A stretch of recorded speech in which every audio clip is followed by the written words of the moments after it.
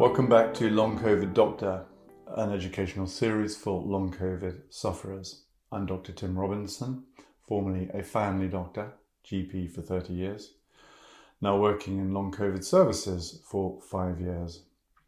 I post on podcast channels and YouTube. I hope you find them helpful. If you do, click subscribe, spread the word. Thanks for any feedback. Apologies, no replies, no time. I'm so sorry. I read them though. I appreciate them. Keep them coming. They help me with my future postings.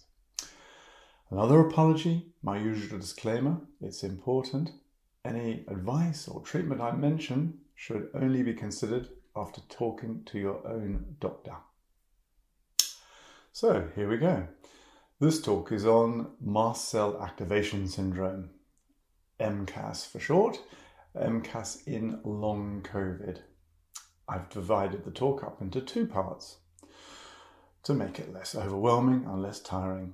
So first of all, part one, I will cover the symptoms, the causes of MCAS. And in part two, I will cover the treatments and strategies to help MCAS. So here we go. MCAS in Long Covid, Mast Cell Activation Syndrome. So, mast cell activation, i.e. activation of mast cells, and a syndrome. Yes, what is a syndrome? A syndrome is a group of symptoms that make up a condition. So first and foremost, question, what is a mast cell? Basically, a mast cell is one of the many cells within the innate immune system, the first line defense of your immune system. Other cells in the first line defense would be cells you might have heard of, macrophages and natural killer cells, which are a type of lymphocyte. Basically, mast cells are throughout the whole body. All the body tissues contain mast cells, okay? But the gut, respiratory tract and skin are the three areas, parts of the body, that mast cells are particularly densely populated. And they contain what's known as pro-inflammatory factors. So these are mediators of inflammation. They basically enhance inflammation.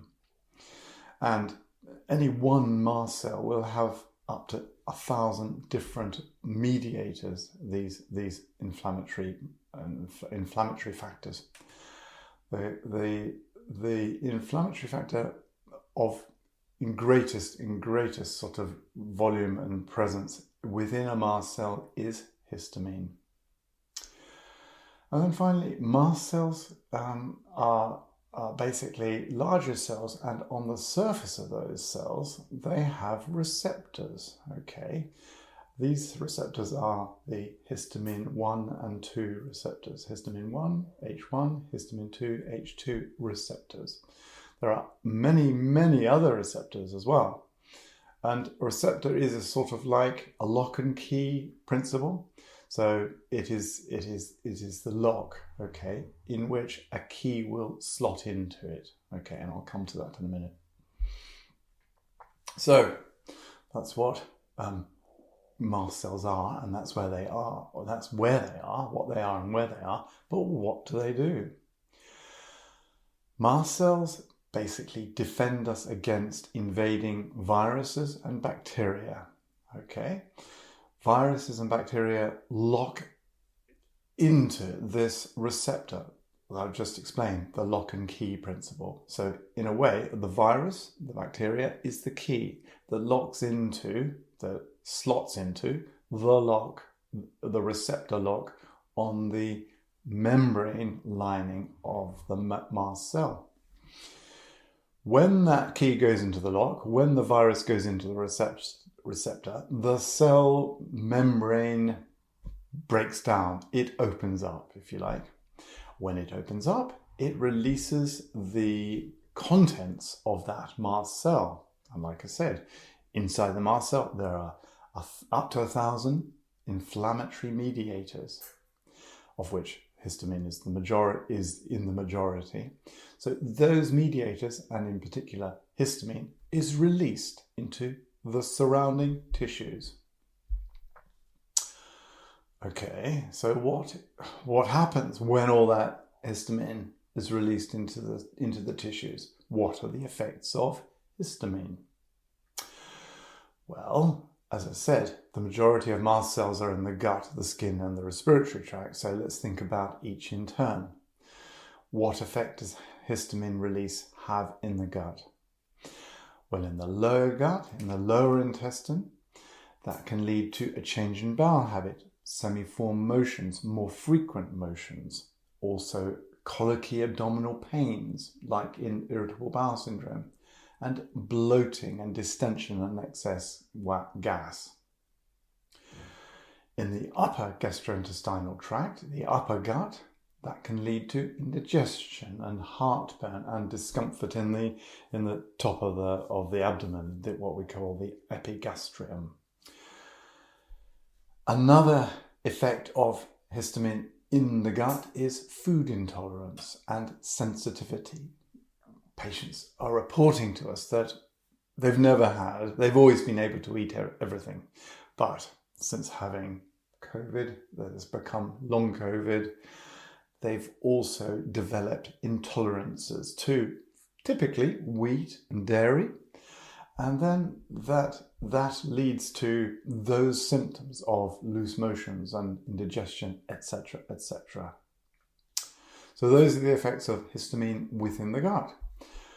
What about in the skin? Well, patients are presenting to us with hives, urticaria, so sort of blotchy rash that comes and goes and is extremely itchy. Patients are always also presenting to us with generalized itchiness, what we call pruritus. Also flushing and also burning sensations in the skin.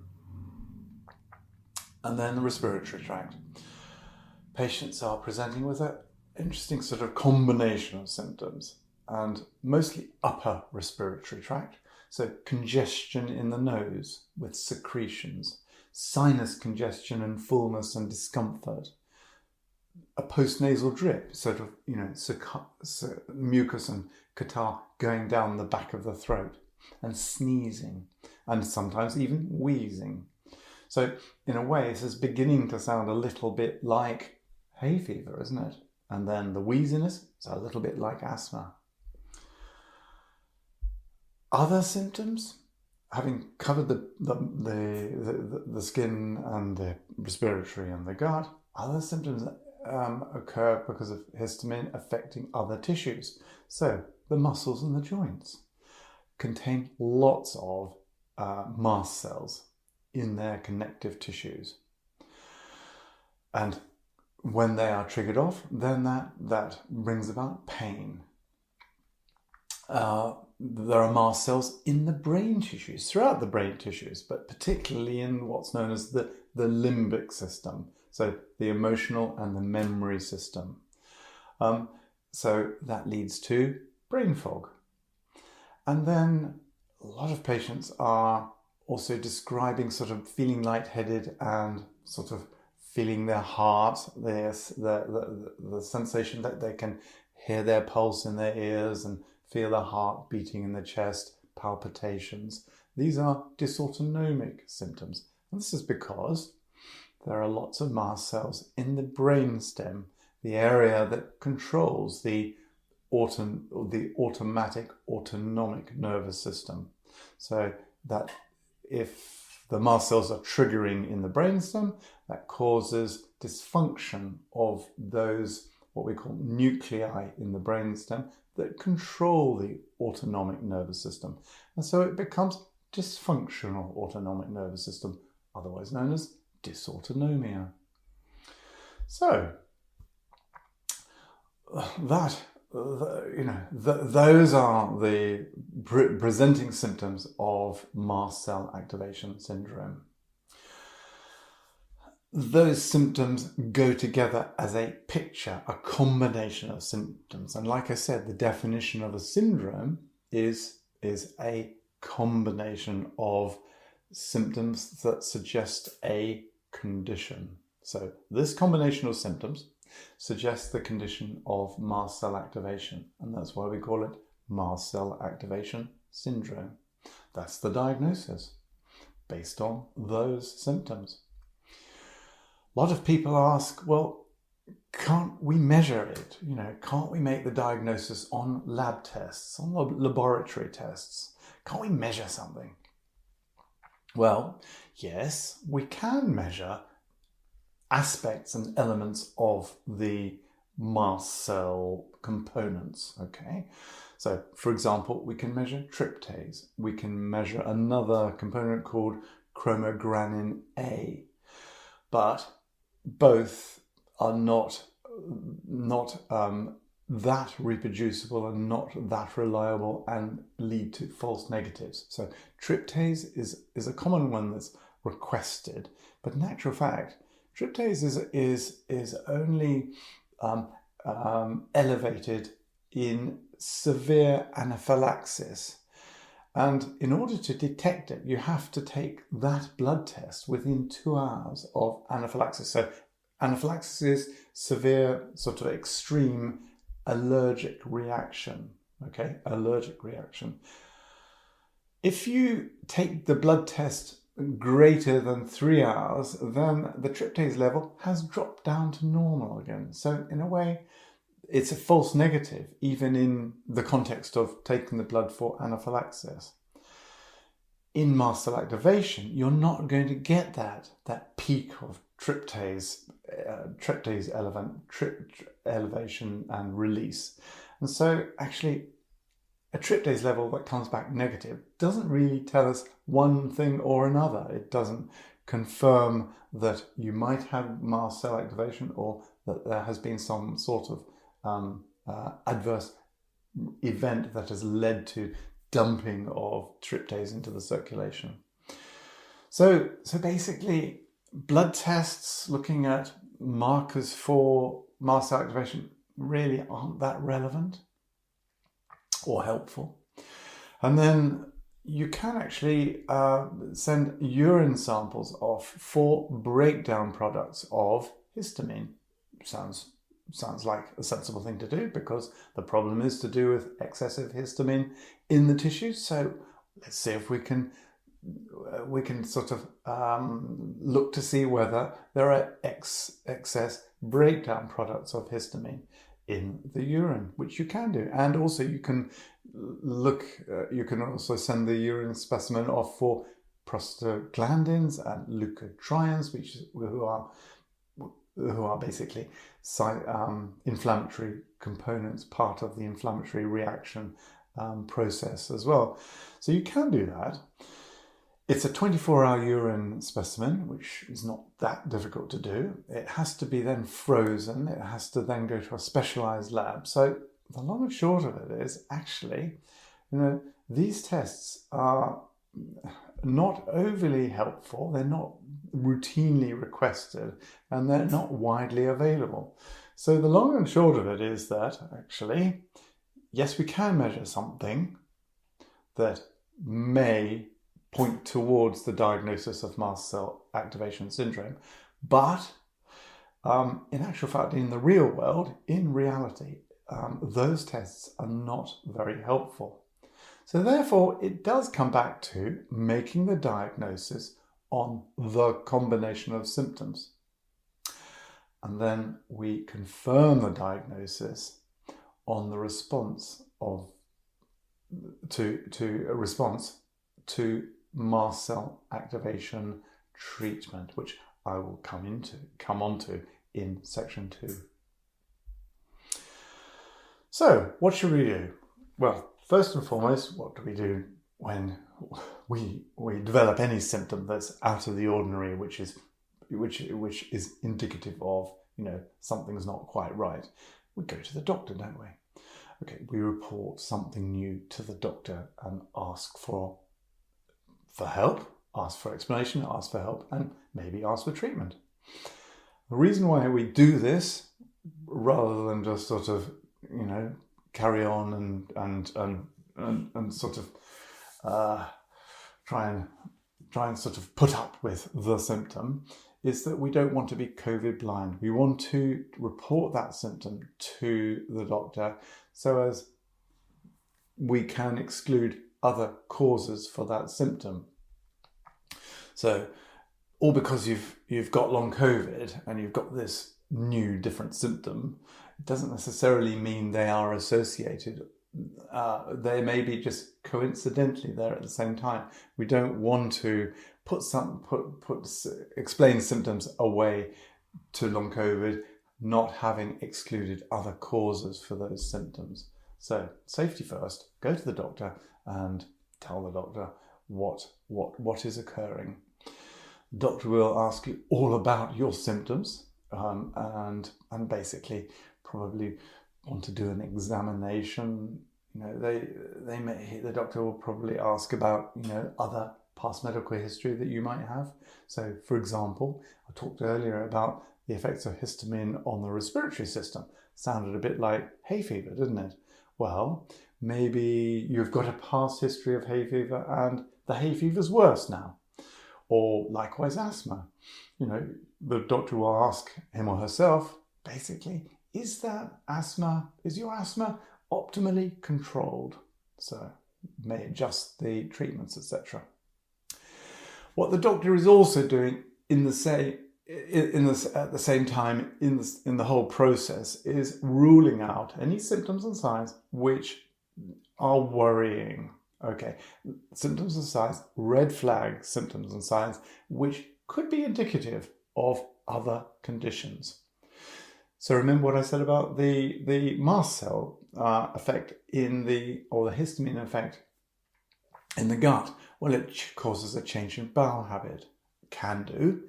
Well, there are other more sinister reasons for a change in bowel habit. It could be because of inflammatory bowel, or it could be, say, a bowel tumour. So we don't want to overlook those other causes and just sort of put it all down to long COVID mast cell activation. We want to exclude those other causes first, so we don't overlook them and hence not action them sooner.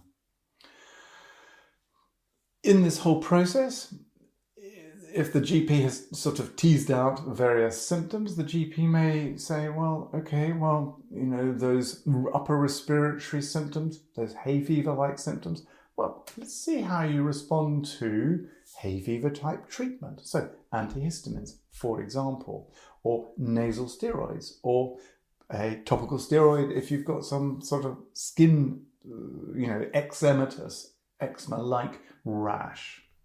Likewise, gut symptoms. If the GP hasn't detected any red flags, the problem isn't that great, and the symptoms sound a bit like irritable bowel syndrome, the GP could prescribe at that time mebeverine, for example, or peppermint oil.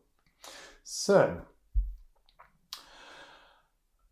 I've sort of talked at length about the causes of MCAS, Mast Cell Activation Syndrome, and the effects of it, the symptoms you're experiencing, in a way to sort of bring it all together and see it as a combination, like I said, a syndrome, as opposed to all those different symptoms in isolation, okay? I'm looking at a sort of a general overview of what is happening and giving that explanation as to what mast cells are, what they release, how they release things, why they release things, and the effect of those things they release, helps us sort of understand the whole process, which gives some validation to the condition. And everything I've said is, if you like, backed up by research. So what you've got is not imagined. It is not in your head, not all in your head, no.